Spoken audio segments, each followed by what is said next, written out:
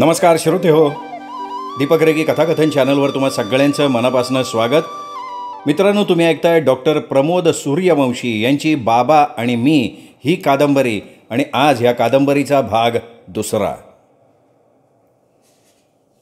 मला आठवतंय काही महिन्यानंतरची ती गोष्ट. एकदा एक रुग्ण माझ्याकडे आला होता. त्याच्या पायाला कसलीशी मोठी जखम झाली होती. बरेच दिवस उपचार न केल्यामुळे त्या जखमेत अक्षरशः किडे पडले होते. उग्र घाणेरडा दर्प येत होता. जखम पाहून किळस वाटायला लागली. अशा जखमेला ड्रेसिंग करायचं या कल्पनेनंच मळमळायला सुरुवात झाली. खूप वाईटरित्या चिघळलेली जखम आणि उग्र घाणेरडा दर्प यामुळे त्या जखमेला हात लावायची इच्छाच होईना. शेवटी मनाचा हिय्या करून हाती चिमटा घेतला आणि कसे तरी जखमेतले वळवळणारे किडे एक एक करून बाहेर काढले. मलमपट्टी करून एकदाचा त्याला मोकळा केला आणि मी सुद्धा झालो. त्या दिवशी रात्री जेवण उरकून मी अंथरुणावर लवंडलो. लवकर झोप येईना म्हणून शेळावलेलं दैनिक उगीचच पुन्हा पुन्हा चाळत होतो. तितक्यात कोपऱ्यातल्या एका बातमीनं माझं लक्ष वेधून घेतलं. थोर समाजसेवक बाबा आमटेंना पुरस्कार मिळाल्याची ती बातमी होती. बातमी वाचली आणि मी विचारग्रस्त झालो. विचारांचं काहूर मनात दाटायला लागलं. हळूहळू अस्वस्थता वाढायला लागली. वाढत्या बेचैनीसवे मन सैरावैरा धावायला लागलं. अरे, एवढा मोठा युगपुरुष जो कधीही डॉक्टर नव्हता, वैद्यकीय क्षेत्रातील यत्किंचितही ज्ञान त्याला नव्हतं, आणि तरीही त्यांनी एका संपूर्ण सडलेल्या, अंगभर किडे पडलेल्या कुष्ठरोगी माणसाच्या जखमांना कसा बरं हात लावला असेल? आपल्या उघड्या हातांनी त्या जखमा कशा बरं धुतल्या असतील? त्याला त्याची किळस वाटली नसेल का? वैद्यकीय क्षेत्राशी दुरान्वयही संबंध नसताना त्या मरणासन्न कुष्ठरोग्याच्या जखमांना त्यांनी मलमपट्टी केली, त्याच्यावर यथायोग्य उपचार केले. इतकंच नाही तर त्याला हातांवर उचलून स्वतःच्या घरी आणून ठेवलं आणि पुढे तो जिवंत असेपर्यंत त्याची मनोभावे सेवासुद्धा केली. माझी अस्वस्थता वाढली होती. झोप तर केव्हाचीच उडाली होती. कूस बदलूनही काही उपयोग होत नव्हता. मनात असंख्य विचार डोकावत होते. या जगात कितीतरी लोक जन्माला येतात आणि मरूनही जातात. जन्माला येताना सर्वत्र ती सारखीच निपजलेली असतात, पण त्यातील केवळ हाताच्या बोटावर मोजता येतील इतपतच माणसं खऱ्या अर्थानं मोठी होतात, महान होतात. मानवी जीवनाच्या प्रयोजनाचा अन्वयार्थ सांगून जातात आणि बाकीचा सगळा कळप खुज्याच राहतो. हे असं का होत असावं बरं? माझी अस्वस्थता वाढतच चालली. भले आता काहीही होवो, या बाबाला एकदा भेटायलाच हवं. बाबा आमटे नावाचं अजब रसायन स्वतःच्या डोळ्यांनी पाहायला, अनुभवायला हवंच. माझ्या मनानं उचल खाल्ली. आमटेंना भेटायचंच. मी मनात ठाम निश्चय बांधला. मला आठवतंय, गावाकडे मराठी शाळेत शिकत असताना 7वीच्या मराठी विषयाच्या पाठ्यपुस्तकात आनंदवन नावाचा धडा शिकायला होता. खरं तर तेव्हापासून माझ्या सुप्त मनात बाबांनी घर केलं होतं. जपलेल्या स्मृतींना आज जणू मूर्त स्वरूप लाभत होतं. मी शांतपणे झोपी गेलो. दिवसांमागनं दिवस सरत होते. माझा वैद्यकीय व्यवसाय उत्तम सुरू होता, पण मनातले विचार गप्प बसू देत नव्हते. एक दिवशी एका अवचित क्षणी मी मनाचा ठाम निर्धार केला. निर्णय पक्का झाला आणि चांगला चाललेला वैद्यकीय संसार मोडून मी आनंदवनाची वाट धरली. जरुरी साहित्य आणि कपडे यांनी बॅग भरली खरी, पण आनंदवनला जायचं कसं? तिथला पत्ताच माझ्याकडे नव्हता. ओळखीतल्या काही जणांकडे मी चौकशी केली. वर्धा, चंद्रपूर या बाजूला आनंदवन कुठेतरी आहे एवढीच माहिती मिळाली. एवढ्याशा जुजबी माहितीवर भाळून मी प्रवासाला सुरुवात केली. रडत रखडत चौकशी करत करत 2 दिवसांनी एकदाचा मी वर्धा स्टेशनवर येऊन पोहोचलो. स्टेशनमधनं बाहेर पडलो. एका ठिकाणी आनंदवनच्या पत्त्याविषयी विचारलं तेव्हा वरोरा हे ठिकाण समजलं. वरोरा म्हणजे चंद्रपूर जिल्ह्यातलं तालुक्याचं एक ठिकाण. वर्धा बसस्टँडवरनं पुन्हा वरोरा इथे जाणारी बस पकडली. 2 तासांनी वरोरा इथे पोहोचलो. पुन्हा वरोरा स्टँडवरती चौकशी केली आणि आनंदवन इथेच असल्याची खात्री करून घेतली. वरोऱ्याच्या गावकुसाबाहेरील विस्तीर्ण अशा माळावर आनंदवन वसलं होतं. मी पायीच गावकुसाबाहेरच्या आनंदवनाकडे निघालो. दुपार झाली होती. 15 मिनिटं चालल्यानंतर डाव्या हाताला एक लोखंडी कमान उभी असलेली दिसली. आनंदवन या नावाचा मोठा नामफलक पाहता क्षणी अंगावर रोमांच खडे राहिले. माझ्या स्वप्नातलं गाव आता समोर उभं होतं.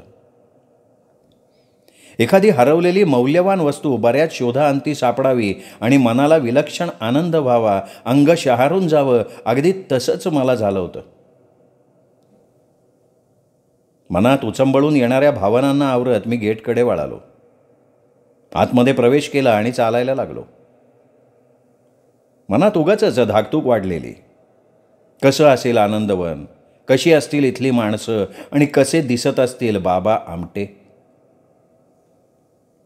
मनातला कल्लोळ काही केल्या शमत नव्हता. त्याच तंद्रीत चालत होतो मी. चालत चालत बराचसा आनंदवनाच्या अंतर्भागात पोहोचलो होतो आणि अचानक समोरचं ते दृश्य पाहून मी हादरलो. जागेवर थबकलो. समोर पाहतो तर काय, जिकडे पाहावं तिकडे हातापायांची बोटं झडलेली, किळसवाणी भयंकर विद्रूप माणसंच माणसं. एखाद्या भयपटातलं दृश्य शोभावं असा प्रसंग होता तो. मी जागच्या जागी स्तब्ध होऊन समोरची ती कुरूप माणसं पाहत होतो. कुणी आपल्या लंगड्या पण ठाम चालीनं आपली वाट तुडवत चाललेला, कुणी काठीचा आधार घेतलेला, तर कोणी चाकाच्या खुर्चीलाच आपली सखी मानलेला. यातल्या बऱ्याच जणांच्या हातापायावर बँडेज बांधलेलं दिसत होतं. नानाविध प्रकारची माणसं समोर वावरत होती.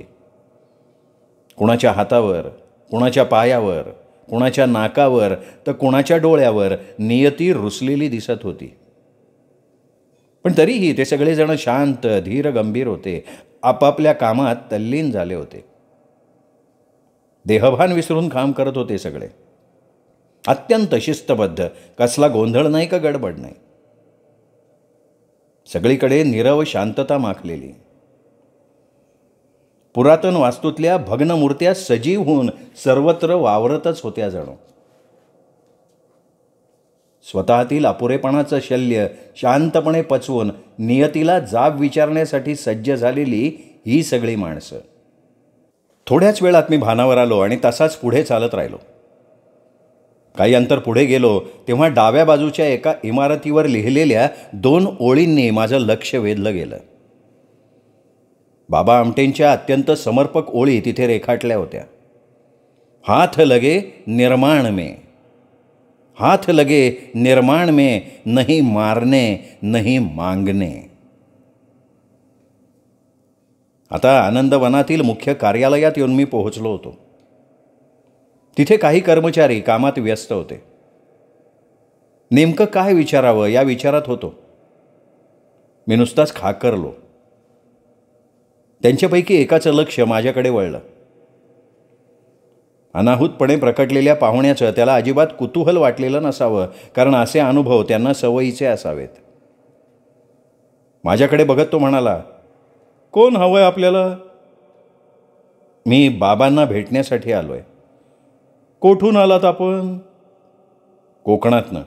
ठीक आहे, बसा. समोरच्या एका खुर्चीवर मी बसलो. त्यांनी प्यायला पाणी दिलं. अधिकची विचारपूस केली. बाबांना भेटण्या अगोदर तुम्ही विकास भाऊंना म्हणजे डॉक्टर विकास आमटेंना भेटा असं त्यांनी मला सुचवलं. शेजारीच त्यांचं निवासस्थान आहे असंही त्यांनी आवर्जून सांगितलं. ऑफिसमधल्या दुसऱ्या एका इसमाला जवळ बोलवून त्यांनी मला विकास भाऊंकडे घेऊन जाण्याविषयी फरमान सोडलं. मी माझी बॅग घेऊन त्याच्या मागोमाग चालायला लागलो. मुख्य ऑफिसच्या पूर्वेलाच त्यांचं निवासस्थान होतं. आनंदवनमध्ये प्रवेश केल्यापासून एक गोष्ट मला प्रकर्षानं जाणवत होती, ती म्हणजे तिथे सर्वत्र खूपच स्वच्छता आणि टापटीपपणा दिसत होता, जो अगदी नजरेत भरावा असाच होता. कुठेही घाण, अजागळपणा, अस्ताव्यस्तता याचं नामोनिशाणही नव्हतं. मी सगळीकडे भान हरपून बघत होतो. लवकरच आम्ही नजीकच्या विकासभाऊंच्या निवासस्थानी पोहोचलो. समोरील एका कोचावर तक्क्याला रेलून विकासभाऊ बसलेले होते. कसल्या तरी कामाची फाईल चाळत होते. चेहरा गंभीर पण शांत होता. समोर जाताच मी त्यांना नमस्कार केला. त्यांनी मान वर करून माझ्याकडे बघितलं आणि शेजारी कोचावर बसण्याचा इशारा केला. हातातली फाईल बाजूला ठेवली आणि अगदी आस्थेवाईकपणे माझी विचारपूस सुरू केली. कोठून आलात आपण? सांगलीजवळच्या औदुंबरहून. मी माझ्या मूळ गावाचं नाव सांगितलं. येण्यापूर्वी आमच्याशी पत्रव्यवहार केला होता का? विकासभाऊंच्या ह्या प्रश्नानं मात्र मी हादरलो.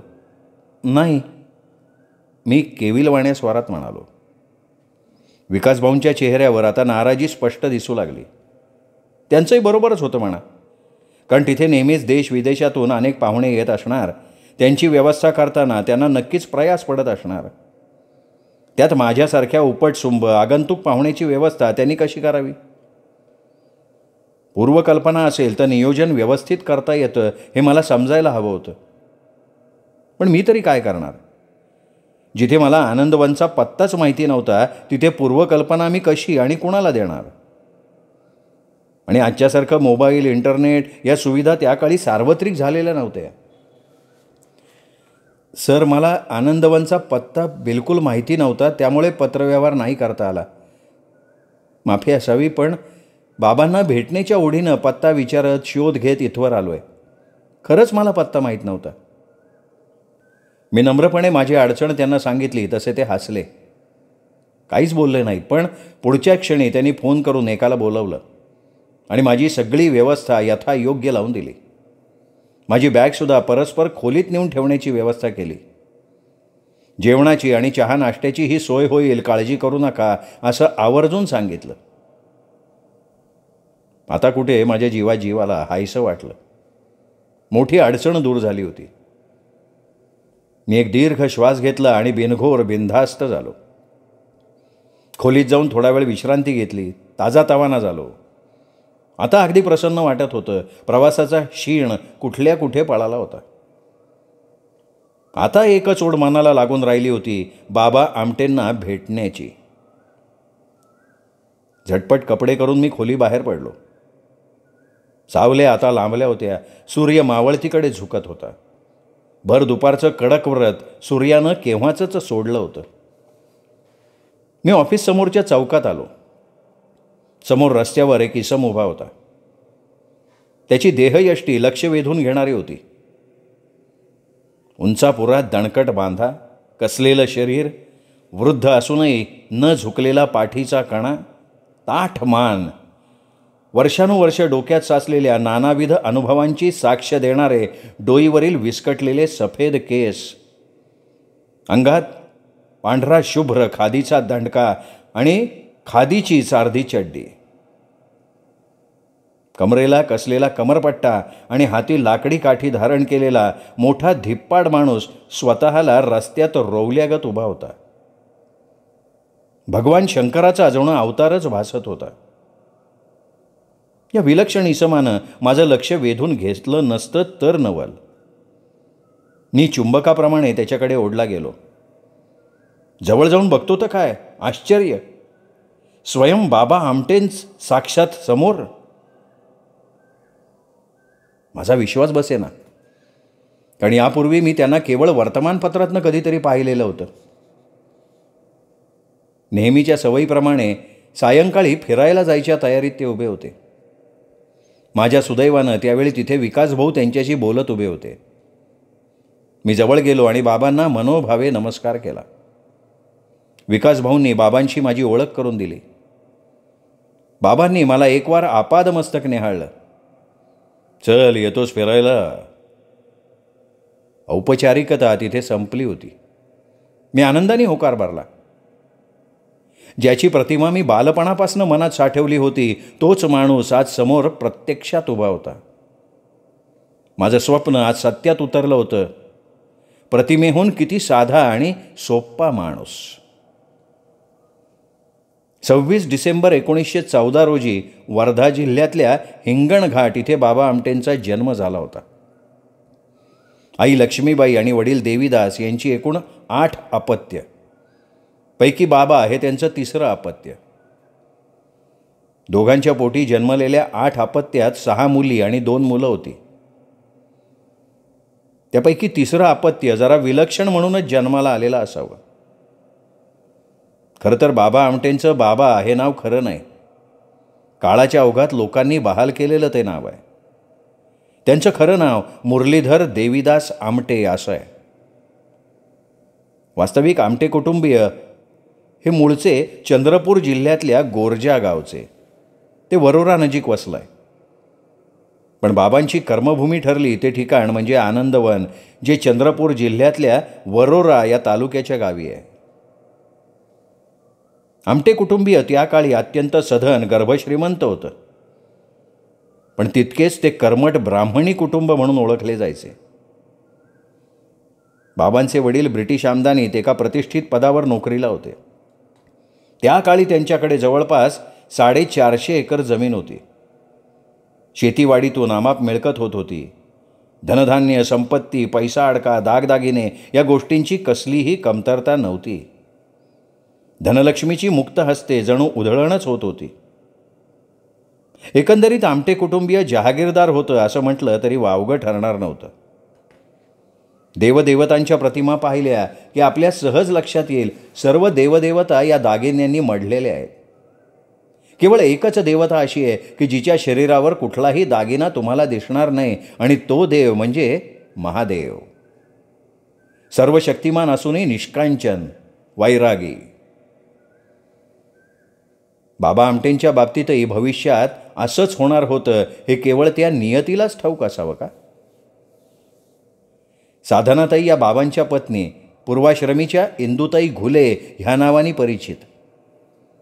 त्या केवळ बाबांच्या पत्नीच नव्हे तर सहयोगी, सखी आणि सचिवसुद्धा होत्या. बाबांच्या कार्याचा अविभाज्य भाग होत्या. प्रत्येक कामात त्यांचा सिंहाचा वाटा होता. नागपूरच्या प्रतिष्ठित महामहोपाध्याय कृष्णशास्त्री घुले यांच्या घराण्यात त्यांचा जन्म झालेला. समृद्ध सुखवस्तू घराणं, पण कर्मठपणाला इथे तसूभरही कमी नव्हती. बाबा आणि साधनाताई यांना 2 मुलं, एक विकास आणि दुसरे प्रकाश. दोघेही पुढे MBBS डॉक्टर झाले. डॉक्टर विकास यांचा विवाह डॉक्टर भारती यांच्याशी, तर डॉक्टर प्रकाश यांचा विवाह डॉक्टर मंदाकिनी यांच्याशी झाला. या दोघीही MBBS डॉक्टर, आणि या सर्वांची काही मुलं पुढे डॉक्टर झाली आहेत. सर्व आमटे कुटुंबीय मानवतेच्या सेवेत समर्पित झालं आहे. समाजसेवेच्या क्षेत्रातील ही अत्यंत दुर्मिळ अशी घटना. त्या काळी आनंदवनातील एका कमी वर्दळीच्या रस्त्यावरून मी आणि बाबा निघालो होतो. बाबा आमटेंशी ही माझी पहिलीच भेट होती. आमचं पूर्वजन्मीचं काही नातं असावं असंच वाटत होतं. अनोळखीपणाचा लवलेश पुसट होत चालला होता. हो, आनंदवनातली ती रम्य सायंकाळ आजही मला नेमकी आठवते. गप्पा मारत आम्ही चाललो होतो. बाबांना माझं कौतुक आणि थोडंसं आश्चर्यसुद्धा वाटत होतं. इतक्या दूरवर हा एकटाच केवळ आपल्याला भेटण्यासाठी इकडे आला आहे. त्यांनी आपुलकीनं माझी आणखीन विचारपूस चालवली. त्यांच्या मनात माझ्याविषयी अनेक प्रश्न उमटलेले असावेत ते त्यांच्या चेहऱ्यावरनं मला स्पष्टपणे दिसत होते. त्यांनी मला सहज विचारलं, तुझं इकडे येण्याचं प्रयोजन काय? तेव्हा मी त्यांना कोकणातल्या ओपीडीत घडलेला प्रसंग आणि त्या अनुषंगानं मनात उमटलेले ते सगळे विचार नेमकेपणानं सांगितले. सर्व ऐकल्यावर ते गालातल्या गालात हसत राहिले. नंतर काही वेळ आम्ही न बोलता चालत होतो. आता बाबांचा चेहरा थोडा गंभीर आणि विचारमग्न झालेला दिसत होता. मी गप्पच होतो. एका क्षणी त्यांची तंद्री भंग पावली आणि माझ्याकडे बघत ते बोलायला लागले. हे बघ प्रमोद, आज समाजसेवा म्हणजे केवळ एक फॅशन झाली आहे. जो तो उठतो आणि समाजसेवा करायला धावतो. गळ्यात एखादा टाय अडकवून वर्तमानपत्रात एकदाचा फोटो छापून आला की यांची समाजसेवा संपलेली असते. त्या विषयापुरता पडदा पडलेला असतो. उद्या पुन्हा नवीन ढोंग. या अशा लोकांनी हे क्षेत्र अगदी बदनाम करून सोडलंय. सेवेची ओढ आंतरिक असावी लागते. त्याची आराधना करावी लागते. कधी जीवनाची समिधा व्हावी लागते. हे असं उपरं ढोंग काही कामाचं नसतं. समाजसेवा ही खरंच खूप अवघड गोष्ट आहे. तू इकडे आलायस ते ठीक आहे, पण खऱ्या सेवेचा अर्थ तुला उमगणार नाही. इथे टिकून राहणं खूप अवघड आहे. 6 महिने इथे थांबून बघ, म्हणजे कळेल तुला समाजसेवा नेमकी काय गोष्ट असते ती. थांबशील का 6 महिने? हो, मी नक्की थांबेन. समोरून अचानक आलेल्या प्रश्नावर मी ताडकन बोलून गेलो. खरं तर मी आनंदवनातल्या बाबा आमटे या व्यक्तीला केवळ भेटण्यासाठी म्हणून आलेलो होतो. इथे वास्तव्यासाठी नक्कीच नव्हे. पण आता अगदीच ध्यानीमनी नसताना भावनेच्या भरात पटकन होकार देऊन बसलो होतो.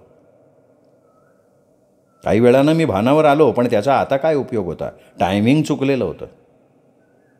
मग आता करायचं तरी काय? मी चिंतेत पडलो, विचारग्रस्त झालो. काही केल्या काहीच उमगेना. अनवधानानं बोलून गेलेल्या शब्दांचं उत्तरदायित्व स्वीकारलं पाहिजे होतं ना. त्या क्षणी मी मनाची वज्रमूठ बांधली, निर्धार पक्का केला. तेव्हा कोकणातली ती माझी ओपीडी, माझ्यावर अव्यक्त प्रेम करणारी ती देवभोळी प्रामाणिक माणसं, तो रम्य सागरी किनारा, ती माडांची भरगच्च हिरवाई, हे सगळं काळीच कापत माझ्या नजरे पल्ल्याड झालं. घरदार, सगळे सोयरे, मित्रमंडळी, सगळे बंध कसे तुटल्यासारखे झाले. क्षणात सगळा गोतावळा दूर दूर जाताना दिसायला लागला. मनाची घालमेल झाली. मन आक्रंदायला लागलं. डोळ्याच्या कडा पाणावल्या. टपोरे मोती मातीत मिसळले, पण मी पुनश्च सावरलो. मनाची समजूत घातली. मन शांत झालं आणि मग पुढच्या क्षणी राहिलो तसाच, अगदी तसाच त्यांच्यातलाच एक होऊन गेलो. प्रत्येकाच्याच आयुष्यात असे काही निर्णायक क्षण येत असतातच. आपण ठरवतो एक आणि घडतं वेगळंच, आकलना पलीकडचं. आजही मला चांगला आठवतोय आनंदवनातला तो माझा पहिला दिवस. प्रवासानं मी अगदी थकलो होतो. 2 दिवसांच्या प्रवासानं दमछाक झाली होती. शीण आला होता. झोपेची नितांत गरज होती. संध्याकाळचे 7 वाजले होते. आनंदवनातील रात्रीच्या भोजनाची ती वेळ होती. मेसच्या घंटीचा आवाज कानात निनादत होता आणि इकडे माझ्या पोटात कावळ्यांनी चांगला सूर धरला होता. मला कडाडून भूक लागली होती. कधी एकदाचं ताटावर जाऊन बसतोय असं झालं होतं. मेस कुठे आहे? मी एकाला विचारलं. त्यांनी अंगुली निर्देश केलेल्या दिशेकडे मी झेपावलो. थोडं अंतर जाताच घंटीचा आवाज तीव्र होत असल्याचं जाणवायला लागलं. आनंदवनात काम करणारे सर्व कार्यकर्ते, तसेच तिथे येणारे देश विदेशातले पाहुणे आणि माझ्यासारखे औचित्यगण यांच्यासाठी एक कायमस्वरूपी भोजनगृह तिथे होतं. भोजन झाल्यानंतर सर्वांनी आपापली ताटं स्वच्छ धुवून ठेवायची, हा तिथला प्रघात होता. त्यात कोणालाही सवलत नसे. मग तो मंत्री असो की विदेशी पाहुणा, सगळ्यांना समान नियम. एकदा बडप्रस्थ असणाऱ्या एका राजकीय व्यक्तीनं आपलं खरकटं ताट स्वच्छ न करता तसंच ठेवलं. बाबांच्या निदर्शनाला ही गोष्ट येताच त्यांनी त्याला परत बोलवून ताट धुवायला भाग पाडलं होतं. सगळ्यांसाठी शिस्त म्हणजे शिस्त. कोणाचीही गय केली जात नसे. एकदा पंतप्रधान पदावर असताना इंदिराजी गांधींनी आनंदवनाला भेट दिली होती. तेव्हा एका विषयाच्या अनुषंगानं विचार करताना बाबांनी इंदिरेलाही खडे बोल सुनावले होते. मी हात स्वच्छ धुतले आणि भोजनगृहात गेलो. तिथे टेबल खुर्च्या ओळीनं मांडल्या होत्या. हॉल बराचसा विस्तृत आणि हवेशीर होता. आखीव रेखीव पंगत तिथे बसलेली दिसत होती. सर्वत्र खूप स्वच्छता दिसत होती. टापटीपपणा नजरेत भरत होता. एकंदरीत आतलं वातावरण अगदी प्रसन्न, प्रफुल्लित करणारं होतं. मी समोरच्या एका खुर्चीचा ताबा घेतला. शर्टच्या बाह्या मागे घेऊन सरसावून बसलो. जेवण कधी एकदाचं येतं असं झालं होतं. आणि काही क्षणात जेवण आलं. वाढपी लोक वाढण्यासाठी एका पाठोपाठ एक यायला लागले. प्रत्येक वाढप्याच्या हातात वेगळा पदार्थ दिसत होता. पोळी, भाजी, आमटी, भात, लोणचं असे सगळेजण ठरल्या क्रमाने यायला लागले. जेवण साधंच पण सात्विक होतं. पण वाढपी जसजसे जवळ यायला लागले तसतसं अचानक मला मळमळायला लागलं. सर्वांगाला घाम फुटला. उलटी होतीये का काय असं वाटायला लागलं. कारण जेवण वाढणाऱ्या वाढपी लोकांची परिस्थिती थोडी वेगळी असल्याचं दिसत होतं. काही वाढप्यांच्या हाताची बोटं थोटी झालेली, तर काहींच्या हाताचे केवळ पंजेच शिल्लक होते. चौकोनी रेषाहीन पंजे. काहींच्या अंगावर भाजलेल्या जखमांचे व्रण स्पष्ट दिसत होते, तर काहींची नाकच जाग्यावर नव्हती. गरम अन्न ताटात वाढलं जात होतं, पण मी खुर्चीत थंडगार पडलो होतो. काही केल्या माझा हात जेवणाच्या ताटाकडे जाईना. अंगात त्राण नसल्यासारखं वाटत होतं. दृष्टिक्षेपातली जिवंत शिल्पच जणू समोर फिरत होती. ती काही केल्या नजरेआड होईनात. काय करावं सुचत नव्हतं. नजर उचलून एकवार पंक्तीकडे बघितलं तर सगळ्यांनी शांतपणे जेवायला सुरुवातही केली होती. मीच एकटा स्तब्ध होतो. खावं का न खावं या एकाच विवंचनेत अडकलो होतो. पोटात ढवळत होतं. मग मी तसाच बसून राहिलो. समोरचा एक जण माझ्याकडे विचित्र नजरेनं बघत असल्याचं माझ्या लक्षात आलं. त्याच्या चेहऱ्यावर मला भलं मोठं प्रश्नचिन्ह दिसत होतं. मी ओशाळलो. लाज म्हणा किंवा नाईलाज. मनाचा दगड केला आणि एक छोटासा घास जड अंतःकरणानं पोटात ढकलला. कसे तरी आणखीन 4 घास खाल्ले. ताटावरनं उठलो आणि पळत पळत खोली गाठली. बाथरूममध्ये जाऊन भडाभड उलटी केली. सगळी मळमळ ओकून टाकली. मग थोडं बरं वाटलं. फ्रेश होऊन बाथरूम बाहेर आलो. हास्य हुस्य करत बेडवर आडवा झालो आणि तसाच अर्धपोटी उपाशी झोपलो. सकाळी लवकर उठलो. फिरून आलो.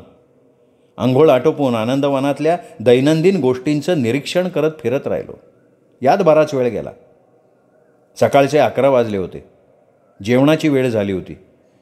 कालचा प्रसंग विसरून मी पुन्हा भोजनगृहाकडे वळलो. आसनस्थ झालो. पण पुन्हा तोच प्रकार. अगदी तसाच अनुभव. काही केल्या जेवण घशाखाली उतरेना. खरं तर भोजनालयात खूप स्वच्छता राखली गेली होती. टापटीपणा तर अगदी नजरेत भरावा असाच होता. स्वच्छतेचे, आरोग्याचे सगळे नियम अगदी काटेकोरपणे पाळले गेले होते. पण तरीही तिथलं जेवण काहीही केल्या माझ्या गळी उतरेना. भूक तर खूप लागली होती. रात्रीही उपाशी झोपलो होतो. भुकेनं जीव व्याकुळ झाला होता. अशक्तपणा जाणवत होता. आसपास कुठे एखादा हॉटेल वगैरे आहे का याची सुद्धा चाचपणी केली, पण दूरवर कुठेही ते दृष्टिक्षेपात आलेलं नव्हतं. मी पुरता निराश झालो होतो. नाईलाजास्तव 2 घास खाऊन उठलो. पुढचे 2 दिवस असेच गेले. मी दररोज सकाळ संध्याकाळ भोजनगृहात जायचो, पण उपाशी अर्धपोटी राहून परत यायचो. तिसऱ्या दिवशी मी भोजनगृहात गेलो. पंक्तीला नुकतीच सुरुवात झाली होती. समोर पाहिलं तर खुद्द बाबा आमटे एका पायावर उभं राहून जेवण करत होते. केळीच्या छोट्याशा पानावर त्यांना वाढण्यात आलेलं होतं. एक पाय खुर्चीवर ठेवून उभं राहून त्यांचं उदरभरण चाललेलं होतं. उभ्यानंच जेवण करण्याचा त्यांचा हा कसला अजब प्रकार होता, मला काही समजेना. पण नंतर पुढे केव्हा तरी मला समजलं की एकतर उभं राहून किंवा झोपूनच त्यांना भोजन करावं लागतं. कारण मणक्याच्या प्रचंड त्रासामुळे त्यांना खुर्चीत बसताच येत नाही. पूर्वी त्यांच्या मणक्याचं फार मोठं ऑपरेशन करण्यात आलं होतं. सदा सर्व काळ या 2च अवस्थेत त्यांना दिवस कंठावे लागत होते. आज पावेतो त्यांच्यावर एकूण 25 विविध प्रकारच्या शस्त्रक्रिया करण्यात आल्या होत्या आणि आज त्यांचं वय होतं अवघं 87 वर्ष. इतका महान कीर्तिवंत माणूस पण तितक्याच साधेपणानं याच भोजनगृहात भोजन घेतोय. रोज तेच ते एकसुरी अन्न खातोय, पचवतोय. त्याची अगदी लहानशी तक्रारही नाही की कसली नाराजी नाही. अखंड अव्याहतपणे हे सुरू आहे. गेल्या 50 वर्षात स्वतःची स्वतंत्र अशी चूल ह्या माणसानं कधी पेटवलेली नाही. कधी जिभेसाठी म्हणून कुठल्या हॉटेलात गेला नाही. विचार करा ना, माणूस म्हटलं की कधीतरी त्याला काही आवडीचं चांगलं चुंगलं खायची इच्छाही होणारच. पण वर्षानुवर्ष न कंटाळता हा बाबा आपल्या सर्व इच्छा आकांक्षा बाजूला ठेवून या सार्वजनिक भोजनगृहात जेवतोय. कधीतरी त्याला स्वतःला काही आवडीचं खावं अशी इच्छा झाली नसेल का? मला खरंच त्याचं आश्चर्य वाटत होतं. त्यागाचं मूर्तिमंत उदाहरण यावरून आणखीन काय वेगळं असू शकेल? खरंच बाबा महान होता. श्रोते मित्र हो, डॉक्टर प्रमोद सूर्यवंशी लिखित बाबा आणि मी ह्या कादंबरीचा हा होता दुसरा भाग. तिसरा भाग उद्या. तोपर्यंत नमस्कार मित्र हो.